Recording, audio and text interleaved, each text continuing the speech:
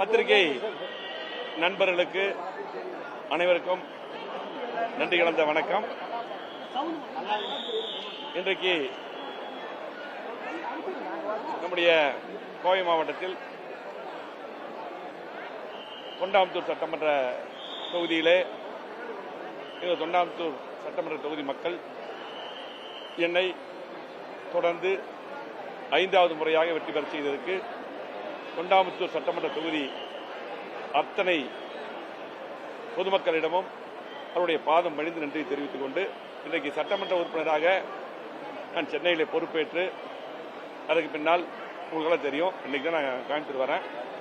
இன்னைக்கு நம்முடைய விமான நிலையத்திலே நம்முடைய தொண்டர்கள், பொறுப்பாளர்கள், பொதுமக்கள் தன்னுடைய அன்பால் என்னுடைய சகோதரர்கள், அண்ணன்மார்கள், தம்பிமார்கள், தங்கச்சிமார்கள், அக்காமார்கள் எல்லாம் வந்து இங்கே பெருந்திரளாக வந்து என்னை வரவேற்றதுக்கு அவர்களுக்கும் நன்றி.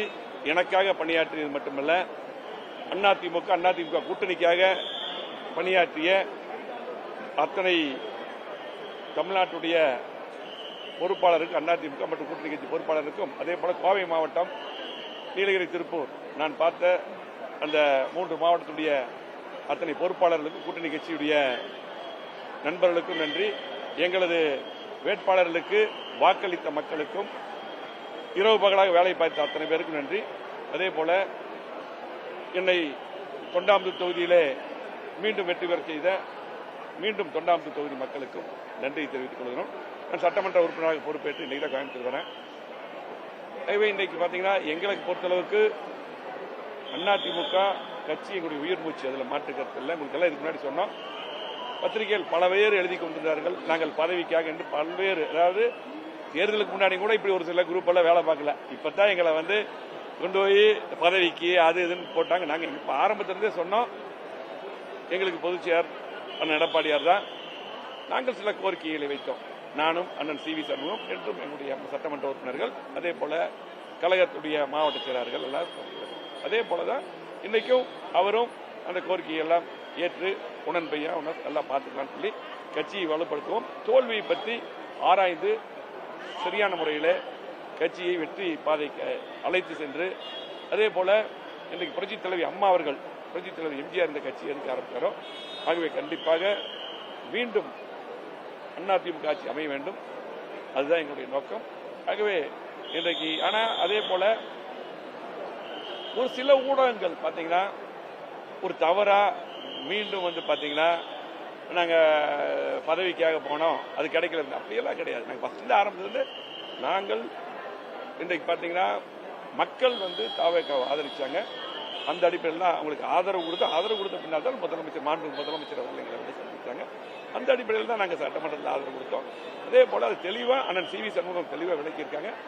அவங்களும் தாவேக்கா சைடு இருந்து பார்த்தீங்கன்னா இன்னைக்கு கூட சில பேப்பர் அதை பற்றி போட்டிருக்காங்க. அவர்களும் என்ன சொன்னாங்கன்னா, நீங்க வந்து நான் எங்கிட்ட பதவியெல்லாம் கேட்டு வரல, திமுக எதிர்ப்புங்கிற நோக்கத்தில் தான் நாங்களும் திமுக எதிர்ப்பு, தாவேக்காவும் அதிமுக அந்த அடிப்படையில் தான் எங்களுக்கு வந்து ஆதரவு கொடுத்தாங்கன்னு சொல்லிட்டாங்க. நாங்களும் அதை.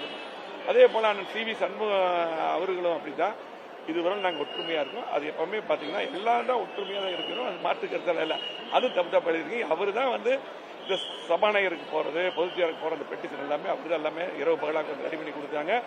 இன்னைக்கு காலையில் கூட அவர்கிட்ட பேசிட்டு தான் நாங்கள் ஒன்னாதான் வந்தோம். ஒன்னாதான் கிளம்பி ஊருக்கு போறோம்னு சொல்லி கிளம்பி வந்தோம். அவர் ஊருக்கு போன சொன்னாங்க. ஆகவே நாங்கள் எங்களை பொறுத்தளவுக்கு நாங்கள் அண்ணன் தம்பி போல எல்லாம் ஒற்றுமையா இருக்கிறோம். எங்களுக்கு கழகம், எங்களை வளர்த்த கழகம், இன்னைக்கு பாத்தீங்கன்னா லட்சக்கணக்கான தொண்டர்களுடைய எண்ணங்கள், கோடிக்கணக்கான தொண்டர் இருக்காங்க. அதனுடைய எண்ணங்கள், தொண்டர்கள், பொறுப்பாளர்கள் என்ன நினைக்கிறாங்களோ அதைத்தான் நாங்கள் செய்வோம். அந்த அடிப்படையில் தான் பாத்தீங்கன்னா இன்னைக்கு நாங்கள் வந்து ஒரு கருத்து வேறுபாடுறது, அதை கலைஞ்சு விட்டு நாங்கள் போய் பொதுச்செயலரை பார்த்து எல்லாமே ஒற்றுமையா இருக்க வேண்டும் போய் பார்த்துட்டு வந்தோம். அதெல்லாம் அதாவது என்னன்னா, அதான் திரும்ப காலையில் கூட பேச்சு வந்தோம். நேற்று நாங்கள் எல்லாமே நாங்கள் வந்து சபாநாயகர் சந்திச்சு பொதுச்செயலர் சந்திச்சோம். அவரு கூட தான் எல்லாம் ஒன்னா தான் இருந்தோம். ஆகவே பத்திரிகையில் ஒவ்வொரு வாரம் நாங்கள் ஒற்றுமையா இருக்கிறோம். இன்னைக்கு ஒற்றுமையா இருக்கோம். இப்ப வந்து அதே போல சி.வி. சண்முகம் அவர்களும் நாங்களும் ஒற்றுமையா முடிவெடுத்தோம். அதே ஒற்றுமை என்றைக்கும் தொடரும். அவரு என்ன கருத்தோ அது எங்க கருத்து, என்னமோ சி.வி. சண்முகம் கருத்து. ஆகவே பத்திரிகைகள் ஒரு சில பேர் பார்த்தீங்கன்னா சில பேர் எண்ணிட்டு இருக்காங்க, அது வேற மாதிரி எழுதுறாங்க. அது மட்டும் இல்லை, இன்றைக்கு வந்து பார்த்தீங்கன்னா ஒரு சில ஊடகங்கள் அதே போல இந்த யூடியூப் அதெல்லாம் வந்து தப்பாவே அதாவது ஒரு ஒரு ஒரு ஒரு எண்ணத்தை ஒரு கொண்டு வந்து இதை திணிக்கணும்னா திணிச்சிடுறாங்க. அதுதான் அது அப்படியே வந்து உண்மை போட்டு நம்ப வைக்கிறாங்க. எங்களை பொறுத்தளவுக்கு இந்த கட்சி பொன்விழா கண்ட கட்சி, அதே போல பார்த்தீங்கன்னா 31 ஆண்டு ஆளுங்கட்சி இருந்திருக்கோம். இந்த கட்சி நம்ம இப்போ தோல்வி அடைஞ்சிருக்கோம். இந்த தோல்வி எதனால் மீண்டும் இந்த மாதிரி எல்லாம் நிலை வரக்கூடாது. இந்த கட்சி பலப்படுத்தணும், மீண்டும் ஆட்சிக்கு வந்து மக்களுக்கு நல்ல செய்யணும். அந்த அடிப்படையில் தான் எங்களுக்கு கருத்து வேறுபாடு வந்தது. அதையெல்லாம் கலைஞர் இன்னைக்கு பொதுச் செயலர் சொல்லியிருக்காங்க. ஆகவே இன்னைக்கு நாங்கள் கொண்டு விடுங்க. அது சிவி சண்முகம் பார்த்தீங்கன்னா எல்லாத்துக்கும் எனக்கு பல கருத்துகள் இருக்கு, அவருக்கு இருக்கு எல்லா கருத்து. இதெல்லாம் நாங்கள் பேசிட்டு இருக்கோம், ஒற்றுமையா இருக்கிறோம். நான் சாயங்க நைட்டு வரல ஒன்னாதான் இருந்தோம். இன்னைக்கு காலையில் கூட அவருக்கு சொல்லிட்டு நான் கோயம்புத்தூர் போயிட்டு இருக்கேன்.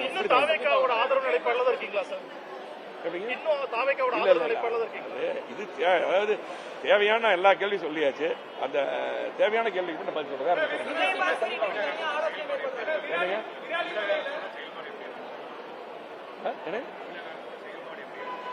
இல்ல இப்பதான் வந்திருக்காங்க, அவங்க இன்னும் வந்து செயல்படும். அதே போல வந்து நான் அறிக்கை விட்டேன், கோவை மாவட்டத்தில் ஒரு 10 வயது சிறுமி வந்து பாத்தீங்கன்னா இன்னைக்கு எவ்வளவு மோசமான நிலைன்னு தெரியும்.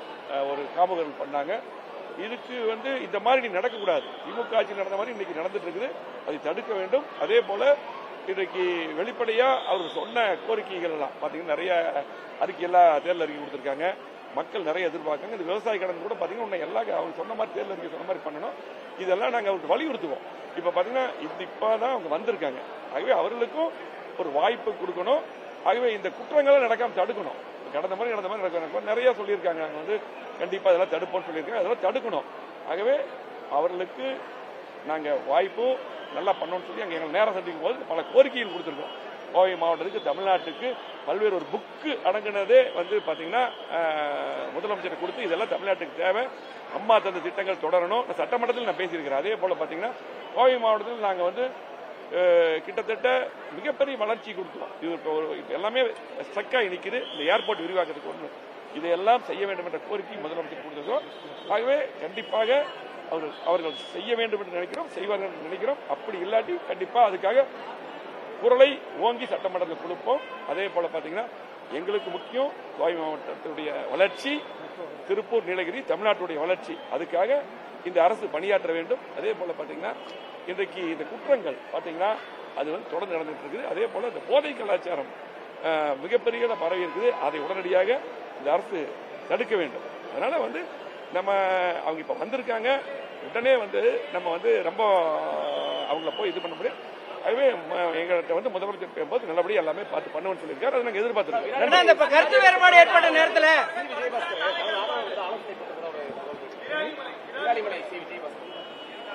எல்லாம் வந்து இந்த யூகத்துக்கெல்லாம் பதில் சொல்ல முடியாது.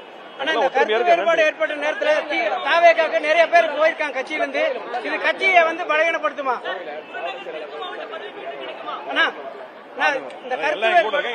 வந்து சென்னை வந்து பார்த்துட்டு வந்தாங்க. அதெல்லாம் எல்லாருக்கும் வெளியே வந்துருக்கும். அதெல்லாம் ஒரு பிரச்சனை. நாங்கள் ஒற்றுமையா இருக்கிறோம். அது மட்டும் இல்ல, தேவையில்லாத கேள்விகள் ஒற்றுமையா இருக்கிறது எங்களை பொறுத்தளவுக்கு ஒற்றுமையா இருக்கு. அதிமுக பொறுத்தளவுக்கு இன்றைக்கு இது மிகப்பெரிய கட்சி. நிறைய தோல்விகளை பார்த்திருக்கிறோம்.